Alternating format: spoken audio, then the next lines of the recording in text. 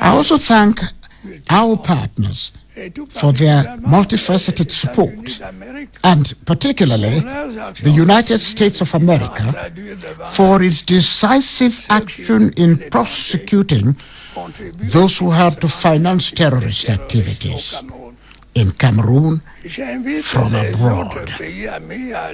I urge other friendly countries to follow suit so that the resumption of development activities can be accelerated in the said regions. My dear compatriots, I now wish to dwell on the security situation. Overall, the situation has been brought under control countrywide,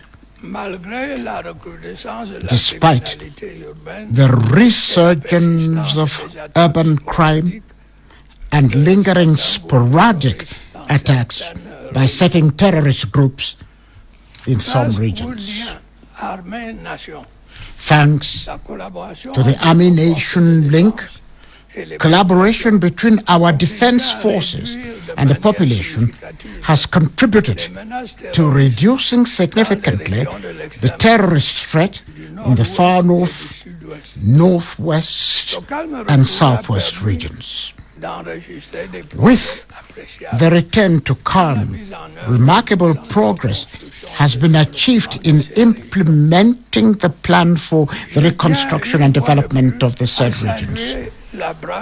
Once more, I want to commend our defense and security forces for sparing no effort in protecting lives and property, particularly in areas prone to terrorism.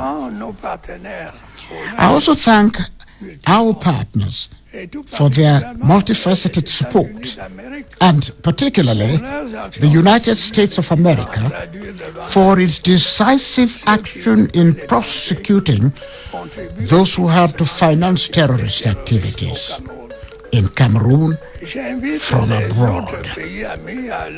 I urge other friendly countries to follow suit so that the resumption of development activities can be accelerated in the said regions.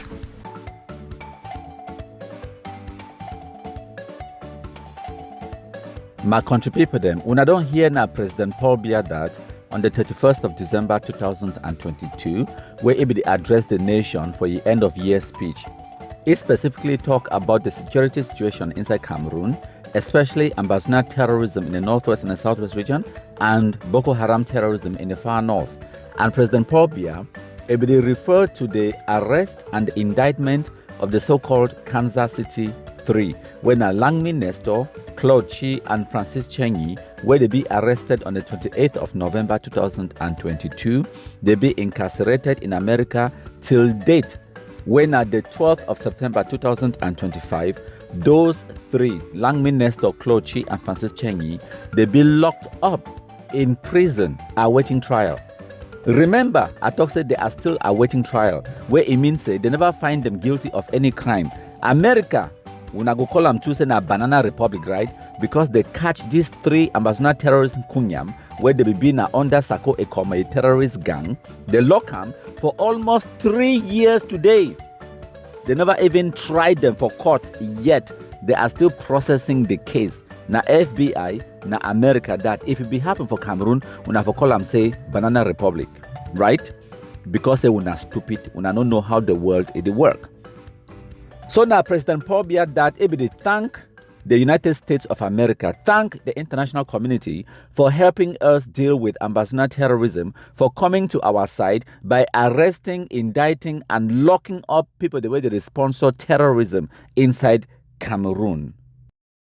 And since then, when I don't see, say, the same America, I don't arrest Eric Tatotano, the indictee, and he to go prison for a long time. They don't arrest a total of 17 ambassador terrorists inside America, including Langmi Nestor, Claude Chi, Francis Chenyi, and recently, when I hear about Benedict Kwa and Pascal Kiki, where they be under Ayabacho ADF terrorist group.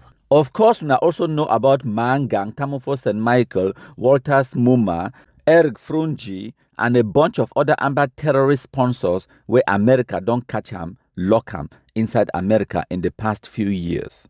So once again, when I go understand, say President Paul Biya now a very, very intelligent, smart politician and diplomat. He know how the world it work, and he know the right buttons for push him. He know what way they do on the international community. And this one now also congratulations to the Ministry of External Relations for Cameroon, where it is under Minister Lejeune Belambela and Minister Felix Mbayu, our very own Bamenda man from Old Town Bamenda, when them they handle the Ministry of External Relations, where they don't do this fantastic work. All in all, they don't arrest Abacho Lucas for Norway na Black Lake. They arrest the Nera 10 and a bunch of other ones, about 50 something of them from Nigeria, send them back for Cameroon, Nigeria na Black Lake. You go for UK, they arrest Driscoll Gagne, the lock up for prison since 2019 for 2 years. If he there for prison, it come out, it not make king about Amber anymore. UK na Black Lake. And of course, the United States of America, when are the biggest Black Lake of all, whether now under the Republicans, under President Donald Trump, or now under the Democrats, under President Joe Biden, they don't catch ambassador terrorism for America, they lock them. In total, more than 17 of them, they don't be arrested, locked up in prison for sponsoring ambassador terrorism inside Cameroon. And also remember, say, these so-called ambassadors, they began only one move. They began only one strategy, because they don't get the military capability, the intellectual capability, or the resources them for physically remove Cameroon out of the Anglophone zone. Their only hope it be being for pressurize Cameroon through the international community. So the international community it go put pressure on Cameroon for can dialogue, negotiate with them, give them some kind of political concessions. That was the only hope. That was the only playbook. That was the only strategy. And now the same international community this way, it only catch them one by one, it they lock them for prison for sponsoring ambassador terrorism inside Cameroon. The people the way they claim say genocide happened inside Cameroon, now them way no way it catch them, lock them, indict them for inciting crimes against humanity. Look at the indictment of the Kansas City 3 Lang Minister Claude Chief Francis Cheney. They write down for the kidnapping for ransom. They even collect some of the ransom inside America. Look at the indictment for Pascal Kiki and Benedict Kwa. They write down for the kidnapping for ransom. They know they accuse the Cameroon government, no, they accuse now the so-called Ambazonians. So, we not only hope it be an international community for can help una. And this is the result. This is the response of the international community. They catch now una lock them. So, their only hope, their only strategy, their only plan, it don't fail. What else do they have? Full-blown terrorism. Now, the only hope that way they get them now for make as much money as possible, criminality, before the whole thing it collapse. And now why that way all of them they be panicked? Because many of these crimes they don't commit them publicly on social media, and we get all the evidence as Atta Milan it will explain them. When I listen. My dear compatriots, these are not easy days for us. In recent weeks, we have seen the arrests of Pascal Kikeshi and Benedict Kwa in the United States, Judson Sikot in Finland, and before them, Lucas Ayaba in Norway and Eric Tato in the US. None of this should surprise us.